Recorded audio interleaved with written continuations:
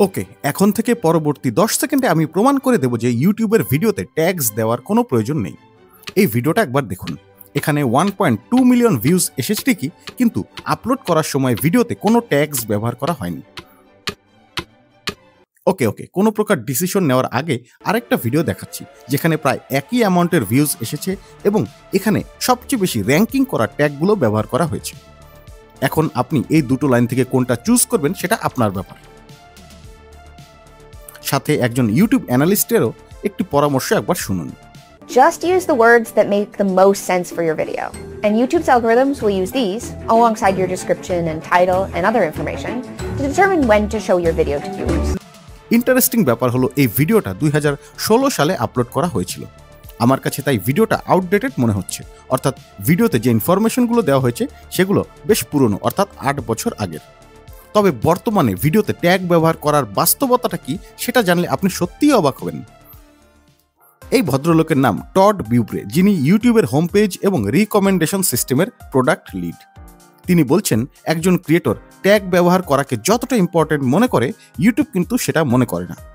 We do look at tags a little bit, but not as much as creators think we do. আজকে থেকে 6 বছর আগেই তিনি tag ব্যবহার করা নিয়ে ক্রিয়েটরদের মনে যে প্রশ্নটা রয়েছে সেটা মিথ বাস্টিং করেন।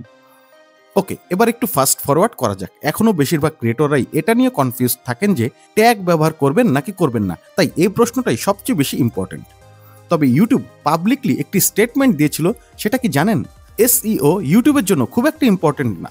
যারা ক্রিয়েটর রয়েছেন তারা নিশ্চয়ই জানেন ভিডিওতে ট্যাগ ব্যবহার করা এসইও করারই একটি অংশ, অর্থাৎ এর মাধ্যমে বলা হচ্ছে যে ট্যাগ ব্যবহার করা ইউটিউবের জন্য খুব একটা গুরুত্বপূর্ণ নয়।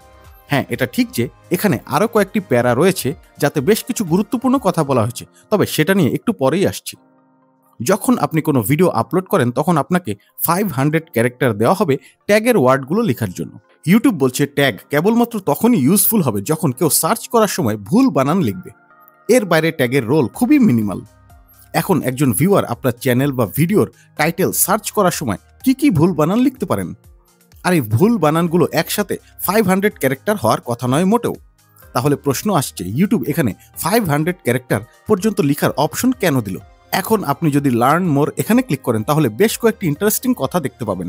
অর্থাৎ অডিয়েন্সরা আপনার ভিডিও খুঁজে বের করার জন্য ট্যাগস এখানে ইম্পর্টেন্ট, কিন্তু নিচে আবার লেখা রয়েছে সেটা খুব মিনিমাল রোল প্লে করবে। ব্যাপারটা কিন্তু আসলেই বেশ কনফিউজিং। এখন আপনি যদি ইউটিউবের সার্চ বক্সে কোনো কিছু লিখে সার্চ করেন, প্রথম দিকের যে ভিডিওগুলো র্যাঙ্কিংয়ে থাকবে বেশিরভাগ ক্ষেত্রেই সেই ভিডিওগুলোতে ট্যাগস ব্যবহার করা হয়। আর এই ক্ষেত্রে একটি গুরুত্বপূর্ণ কোশ্চেনের আনসার আপনি পাচ্ছেন, তা হলো আপনার ভিডিওগুলো যদি সার্চ বেসড হয়, অর্থাৎ নতুন ক্রিয়েটরদের ভিডিওগুলোতে যেহেতু অডিয়েন্স কম থাকে তাই সেই ভিডিওগুলোকেই আপনি সার্চ বেসড কন্টেন্ট বলতে পারেন। সেই ক্ষেত্রে ট্যাগস অবশ্যই গুরুত্বপূর্ণ। তবে এবার আরেকটা ইন্টারেস্টিং ব্যাপার দেখাচ্ছি। আপনি যদি ভিডআইকিউ অ্যাপ ব্যবহার করে থাকেন তাহলে ব্যাপারটা আরও ভালো মতো বুঝতে পারবেন। যখন ভিডিও আপলোড করছেন তখন রিফ্রেশ ট্যাগসে যদি ক্লিক করেন তাহলে দেখবেন একদম সিমিলার, অর্থাৎ রিলেটেড ট্যাগগুলো এখানে শো করা হচ্ছে। তার মানে ইউটিউব কিন্তু জানে যে আপনার ভিডিওটা কোন টপিকের উপর তৈরি করা হয়েছে। তাই আমার কাছে ব্যাপারটা ইন্টারেস্টিং মনে হয়েছে যে আপনি যদি এক্ষেত্রে ট্যাগ ব্যবহার নাও করেন, তারপরও ইউটিউবের অ্যালগরিদম কিন্তু ধরে ফেলেছে যে আপনার ভিডিওর টপিকটা কি। এই ক্ষেত্রে আমার কাছে যেটা মনে হয়, যদি আপনার ভিডিওটা ভালো পারফর্ম করে তাহলে ভিডিওর ট্যাগগুলো হচ্ছে পারফরমেন্সের রেজাল্ট। ট্যাগের কারণে এই পারফরমেন্স আসেনি, বরং পারফরমেন্স ভালো হয়েছে তাই আপনাকে এই ট্যাগগুলো শো করা হচ্ছে। বেসিক্যালি আমি যেটা বলতে চাচ্ছি তা হলো ভালো পারফর্ম করা একটি ভিডিওতে ট্যাগ কোনো ইম্প্যাক্ট রাখে না।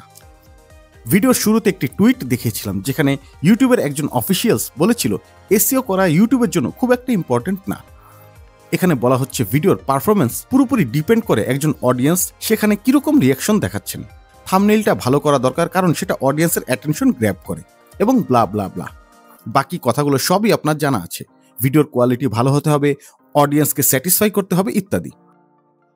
তাই মিস্টার বিস্ট এবং আরও বড় বড় যারা ক্রিয়েটর রয়েছেন তারাও বিভিন্ন সময় এটাই বলেছেন যে ট্যাগ ব্যবহার করা ভালো এবং ব্যবহার করলে কোনো দোষ নেই, কিন্তু আপনি যদি এতে অতিরিক্ত সময় দেন যার কারণে আপনার ভিডিওর কোয়ালিটি এবং ইমোশনে সময় কমে যাচ্ছে তাহলে সেটা ঠিক হবে না।